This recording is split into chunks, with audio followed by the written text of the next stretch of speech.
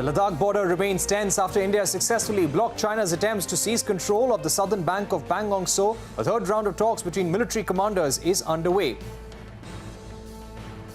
Over 78,000 COVID-19 cases in 24 hours takes active cases in India over 8 lakh. Delhi reports over 2,300 cases, the biggest spike in nearly 2 months. The overall death toll nears 66,500. The KV Kamath panel tasked with suggesting who qualifies for the RBI's loan recast program and based on what parameter is likely to submit its report this week. Sources say RBI may notify the rules soon after the report is ready. In a bid to boost manufacturing, Niti Aayog is likely to move cabinet for an umbrella policy combining the production-linked incentive scheme and the phased manufacturing program. States voiced their opinions on the options proposed by the centre to meet its GST compensation obligations. Kerala's Chief Minister writes to the PMO saying the centre's burden cannot be transferred to states. West Bengal calls the proposal a travesty and a betrayal of trust. But Karnataka says it is open to borrowing to bridge the compensation shortfall. Markets see a sharp recovery in the second half to close near day's high. The Sensex gains nearly 350 points and the Nifty more than 100 points from lows to end with gains of 0.5% each. Government limits the benefits under the merchandise export from India scheme at 2 crore per exporter. Claims 98% of companies won't be impacted. Bajaj Auto says the cap will hurt the company significantly. August sales of two-wheeler and tractors mostly meet expectations. Mahindra & Mahindra expects strong demand going ahead, and Bajaj Auto also sees demand returning as lockdown restrictions are eased, but the picture remains subdued in the commercial vehicle space. Volvo says CV sales are still at 30% of pre-COVID levels. Power distribution companies or generation and transmission companies over 2.6 lakh crore rupees as of June this year. Sources say Discoms are likely to seek 1.2 lakh crore in liquidity assistance this year. Add that Power Ministry may soon move cabinet over a reforms-based incentive scheme for Discoms. Opposition parties criticized the government's decision to scrap question hour during the monsoon session of Parliament. Congress MP Shashi Tharoor accuses the government of seeking to reduce Parliament to a notice board. TMC's Derek O'Brien says the government is using the pandemic as an excuse to murder democracy. Facebook and Twitter suspend Russia-backed accounts aimed at interfering with US presidential election while the Facebook pages were being operated by Russia's Internet Research Agency. Pages of Twitter were associated to an organization called Peace Data.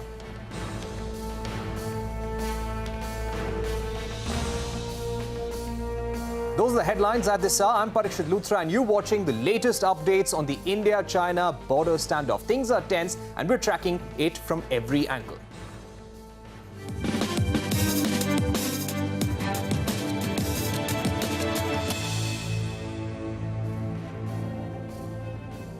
Let's begin with this broadcast. India and China are locked in a tense standoff at the southern bank of Pangong Lake. Since 29th of August, China has made 2 attempts to take control of this strategically important location. On the 31st of August, Chinese troops actually tried to close in on Indian positions but were warned and warded off. Sources say brigade commander level talks have been inconclusive so far and the ball is now in China's court. Let's give you a sense of what's happening on the ground and what is the topography of this area as well. We've got this satellite image from Det Resfa. He has been following these confrontations between India and China over the last 4 months or so. Now, this is a map, satellite image of the southern bank of Pangong Lake. These were pre-existing Chinese positions, and what China attempted to do on the 29th, 30th and 31st of August was to move in closer to Indian locations and India's perception of the LAC.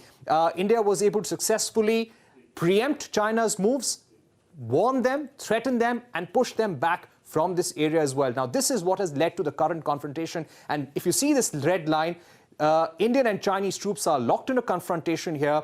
They are within firing range, about 1,000 meters from each other, and talks are on to diffuse tensions. Let's try and show you more images to give you a sense of what's happening. Pangong Lake. Pangong Lake is a key friction point, a key issue between the two sides of the last 4 months. Chinese troops have not been budging from this area, and what they've now tried, this is Spangur So, and Chushul. Chushul is where the talks are taking place between Indian and Chinese military commanders, and Chinese troops actually try to close in on Indian positions and try and dominate this area between Chushul in Pangong Lake. This is what sources in the Indian government are telling us, but China was not able to do so. Let's get you some more images. This final image gives you the sense of the topography of this area, and this is the area where Chinese troops wanted to set up a military post but were not able to do so. The Ministry of External Affairs has said that strong representation, strong protests have been lodged with China via military and diplomatic channels.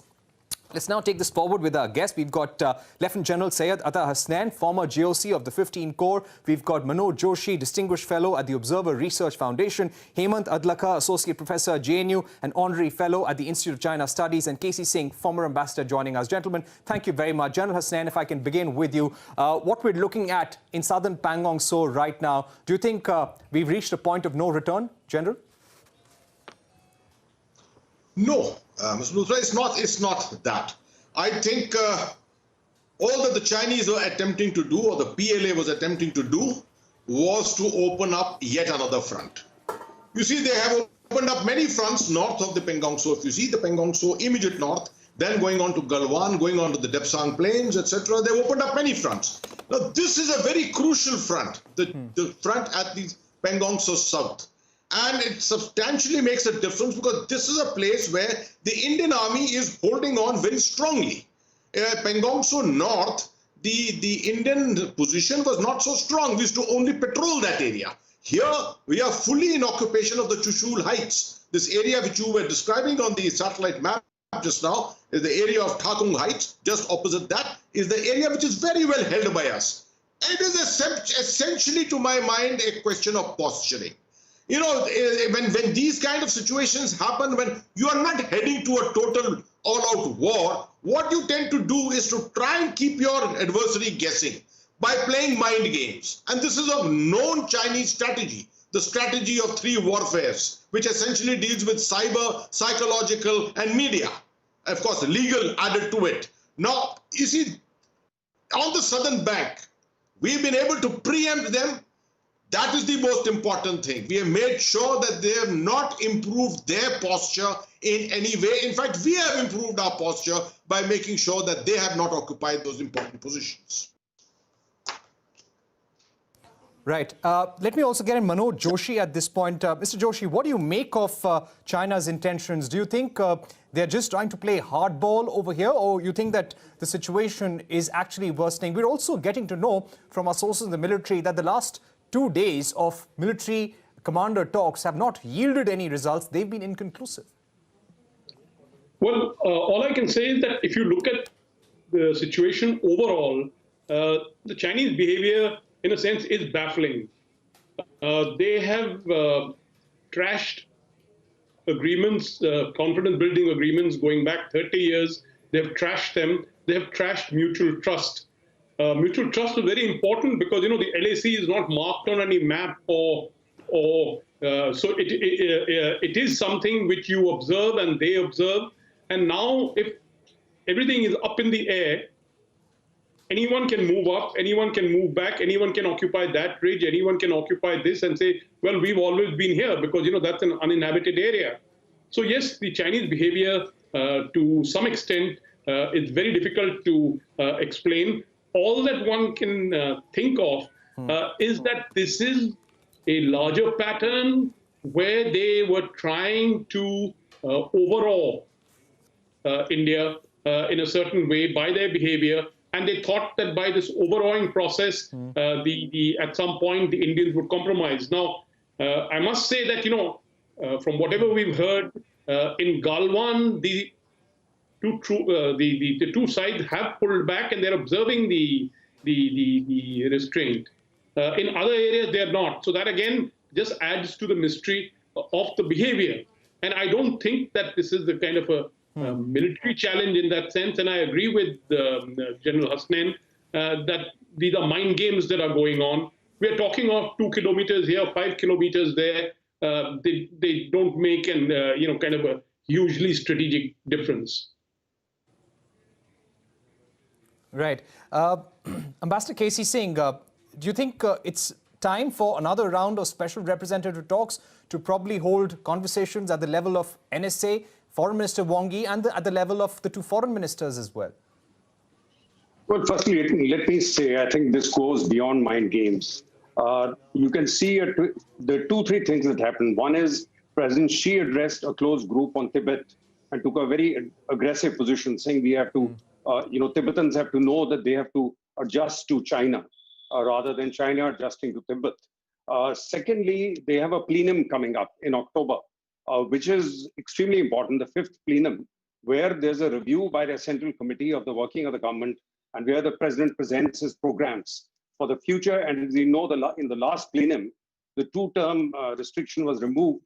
So he probably will, he wants to carry the Central Committee with him on what he wants to do beyond his 2 terms or what is the future he's looking at. Now, from the Indian point of view, there is also the Parliament, which has been convened, although there's no questions to be asked there. So both sides have internal factors. Now, I think the change occurred. India had come to a conclusion that the Chinese, it's making absolutely no progress in talking either at the military to military level or at the diplomatic level or even at the SR's level. You can't be talking at SR's level every second day. And therefore, there's been pressure on the Indian government to do something. The status quo could not be retained. Now, it's interesting, the timing. We said that they made a move on 29th, 30th. The Chinese are saying that we moved across the LAC, their perception of LAC, on the 31st. Therefore, there is something that India has done, which is correct. If Chinese are going to be moving up to their claim lines, it was only logical that India should move up to their claim line so that we have a counter pressure, a counter intrusion, where we have something to negotiate with. Because simply sitting and talking peace is just not working, because that's not the direction in which the PLA and the Chinese leadership is going. So this is a tremendous move where we've got the heights, where they cannot come into what is called the Spangor Gap, where they came in 62, and which can then open up the entire road to Leh and to our connectivity.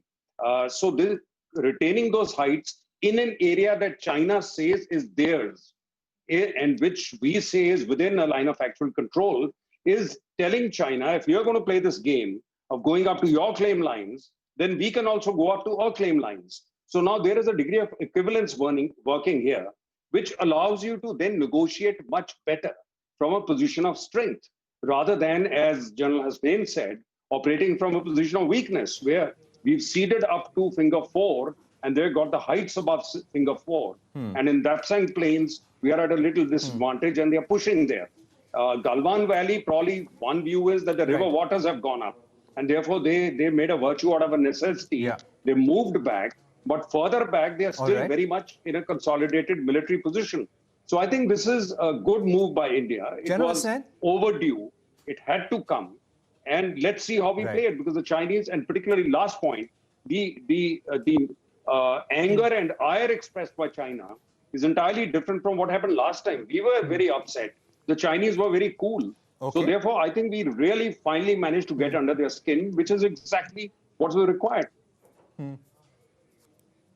Right. That's an important point. We've managed to get under their skin, as Ambassador K.C. Singh was pointing out. But I'd like to get in General Hasnain once again. General Hasnain, Pangong So, Gogra Hot Springs, these were problem areas. The Chinese are not budging from these positions. What does this show? Their attempts to take control of southern Pangong. Doesn't this complicate the situation? The Chinese are behaving. We also spoke to the Chinese ambassador some time back. Their statements give an indication that this area was always there. India is the intruder. And for them, this is the new normal. So how do you make sure that Chinese withdraw from here? What are our options? See, it's very clear that the Chinese have not come in the kind of strength which can make a major difference on the battlefield. The assessed strength of what the Chinese have brought into the field at the moment is approximately 40,000 troops. And well, you can surprise us somewhere by bringing in a local superiority ratio and make a difference to a particular point. But to fight against us, and we deployed now 30 to 40,000 troops in Ladakh, in eastern Ladakh virtually. So it is making no sense. So obviously the Chinese are there, as I said in the beginning, to play mind games with you. And I always have been assessing for the last 2 months What has been irking the Chinese all along has been India's growing strategic confidence. And particularly last year, after the decisions on Jammu and Kashmir and Ladakh, this is what upped the ante completely as far as the Chinese are concerned. They felt that India was going out of hand as far as its strategic confidence was going, which needed to be dented. And no better time than as a time when the pandemic is on, when your entire attention is on, now when your economy is on a downturn, this is the time to play these mind games. It will hit your strategic confidence. It will prevent India from doing something substantial in the years to come, which is what China was perhaps expecting. Now, to come back specifically to your question on Pangong, so for your viewers, I want to tell you. Okay, let me also get in Hemant Adlakha, Associate Professor at the Jawaharlal Nehru University, Honorary Fellow at the Institute of Chinese Studies in New Delhi. Mr. Adlakha, what do you make of the commentary that is coming from China? China repeatedly asking India to withdraw its troops, stop military provocations in the area. It's also important to note that there has been only one statement from the Indian Foreign Ministry, one from the Indian Army. But when it comes to China, there have been at least 6 statements in the last 4 days. Yeah, since I was asked to comment on the incident which has taken place on the night of 29th August and 30th. So let me begin with that. And I've seen a couple of commentaries and analysis in the Chinese media on what happened on Saturday night and Sunday. And I was quite surprised because some of the reasons given for the latest so-called belligerent act, as the Chinese accuse India of indulging in at the LAC in the Pangong South Bank area, what happened. And the reasons given are very surprising because I have not come across such a debate or such a discussion either here or even in China earlier. I'll just specifically mention 2 reasons which many commentators in China have put forward for the actions of Indian Army on 29th August and 30th. And first reason is they're saying that it is basically done to facilitate America to be able to deploy America's intermediate range missiles in India. And the argument behind this is that recently America had announced, even U.S. Department of Defense also had announced that they are looking for positions for the deployment of this missile in Asia. And they had, I think, specifically zeroed in on Japan, South Korea, and India. But Japan has been ruled out because there is a lot of opposition, and some Chinese commentators say that Prime Minister Abe's resignation is more because of he is not able to put up with the pressure the US is putting on him to agree to deployment of missiles rather than the health reasons. And in South Korea, because of South Korea's geographical proximity to China, it is so near that the PLA can easily destroy anything which is deployed in South Korea. So the safest and the perhaps more effective destination for the deployment of these missiles is India. And in India, there has to be a public opinion in favor of allowing America to deploy these missiles. That is why these belligerent acts are happening on the Indian side. That is reason number 1. And very quickly, I'll mention the reason number 2. And that is that the problem of Taiwan across strait. And it is being argued in the Chinese media that for India has always seen whenever there is a trouble in cross strait or between Taiwan and China, India looks at this as some sort of a security guarantee for itself. So therefore, it is in India's interest if the tensions continue to escalate between China and Taiwan. And recently, there are some reports coming from American CIA and other intelligence sources, which some Chinese commentators are saying that India is taking it on face value, that China is going to reunify Taiwan in mid-January, within 3 days of the new president in US taking office. And in order to prevent that, India has escalated belligerent acts on the border. This is the explanation in some of the Chinese commentaries for what happened on 29th and 30th August. Very interesting thoughts, Mr. Adlakha. I'll request all our guests to stay with us. We're going to take a short break here on CNBC TV 18, but this discussion on the LAC situation continues. Don't go anywhere.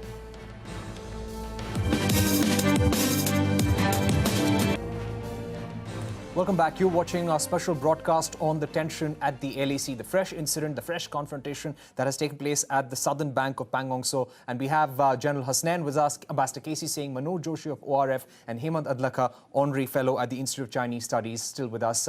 Ambassador Casey Singh, do you agree with Hemant Adlakha that there are geopolitical factors here at play as well? China is irked by growing proximity between India and United States, and also close cooperation between India and US on what's happening at the LAC for the last 4 months. Typical misunderstanding, China's misunderstanding of what compels India to move in its own interests. If they understood India at all, they would realize that this government or any other government cannot position American missiles here. There would be a public reaction. In any case, it makes no sense. We have our own missiles. And if you have American missiles here, you become the subject of a Chinese strike on those missiles. And this was always the classical argument against American missiles in Europe. And that's why the intermediate missile agreement and treaty was there. That if you had a war, the Germans were not going to be defended. They were going to be at the receiving end of nuclear missiles coming from Soviet Union. So this is absolutely a senseless argument. And as far as Taiwan is concerned, what does that have to do with India? But this is a sign that they cannot understand why India suddenly become aggressive, which only confirms that we have gone up to our line of actual control. And the Chinese are not able to understand it. And we have now a tactical advantage, because we are controlling all the heights in that area. And therefore, the southern flank of Pangong So is very much under Indian control. And there can't be any other ingress by China in that sensitive area. So you have to understand indirectly. And I think the pressure will come on the Chinese in the coming weeks to either rectify this, or this may well play into the Chinese, at some stage, into Chinese domestic politics, with the 5th plenum coming up, and President Xi having made a lot of enemies within the Chinese establishment, having conducted purges and consolidation of power. So if the game has just begun, because the Chinese may put pressure somewhere else, and we may have another plan somewhere else too. But I see it as a signal sent to China that it can take two to play the game. Don't do this. Don't abandon those agreements from 1993 onwards. Otherwise, it'll also complicate your life. Right. And India is not going to be intimidated by this kind of behavior. Right. General Hasnain, do you expect, as the winter sets in, the Indian Army has been saying we are well prepared for the long haul, come what way. We are going to see this through. Do you get a sense that there could be more attempts by Chinese troops to set up new posts along the LAC? Southern Pangong may not be the only area they're looking at? Firstly, let me confirm that what Mr. Casey Singh just said. I entirely endorse that. Very, very correctly, his assessment is absolutely spot on from the military, diplomatic, political angle. But as to your specific question, this is a very interesting question, because now we are on the 2nd of September, and we have got 2 more months officially in the campaigning season.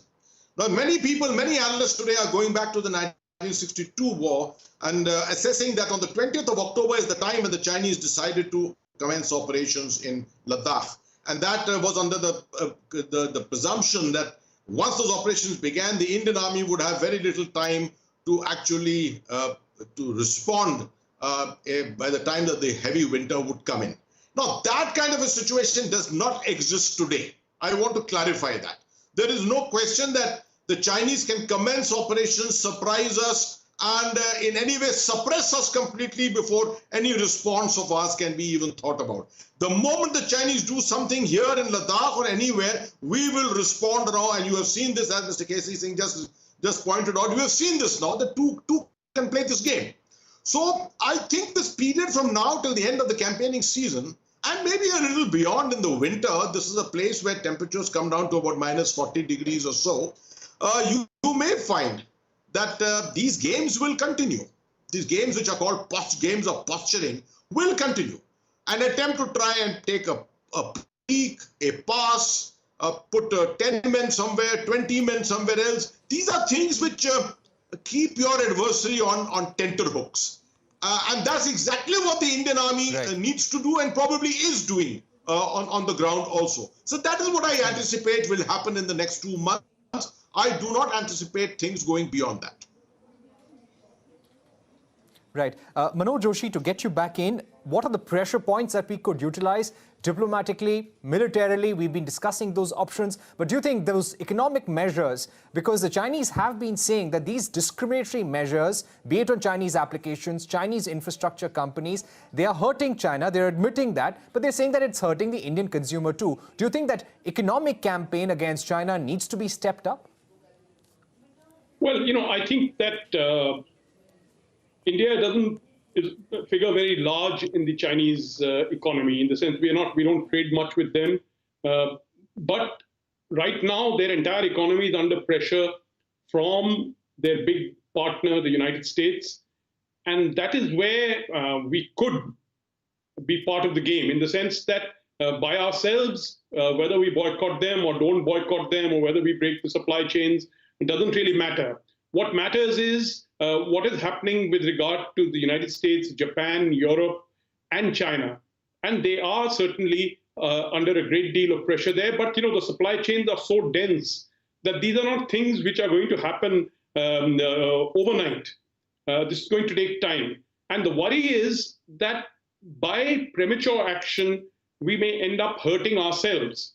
In the sense, if particular product or particular group of products become more expensive for the Indian consumer, we are hurting ourselves.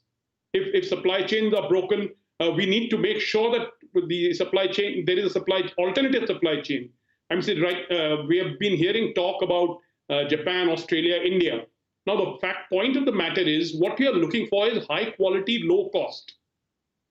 And high quality, low cost was available in China, and that is why in the first place China became such a dominant manufacturing country. You go to Japan, Japan is high quality, high cost. So I mean, we need to think through these options very carefully. And one more point I'd like to make is that, in all this, there's a lot of media shouting about, the great achievement in southern Pangong So, etc., etc.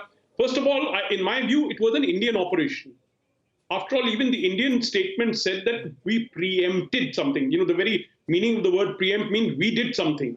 And the very fact that we used the Special Frontier Force, which is an intelligence-led force for the operation, indicates that this was something which was thought through very carefully earlier. That's number one. Number two, in all this, let's not forget that the Chinese are still occupying 1,000 square kilometers, which they were not occupying in May. They're still occupying something like 600-700 square kilometers in the Depsang area. They're still occupying places in Gogra and Hot Springs and Pangong. They're still there in Finger Four. So let's not lose focus. We've got to get them out of all those areas instead of saying that, okay, we won this great victory, we've occupied. We've only occupied what's ours as a precautionary measure. Absolutely. And that's a good thing. But I don't think we should forget the other part. All right, so lots there to think about. We've completely run out of time. Hemant Adlakha, Manoj Joshi, General Hasnain, Ambassador Casey saying thank you very much for joining us. This is a conversation that will continue on CNBC TV 18 in the next few days. But for the moment, thank you very much for tuning in.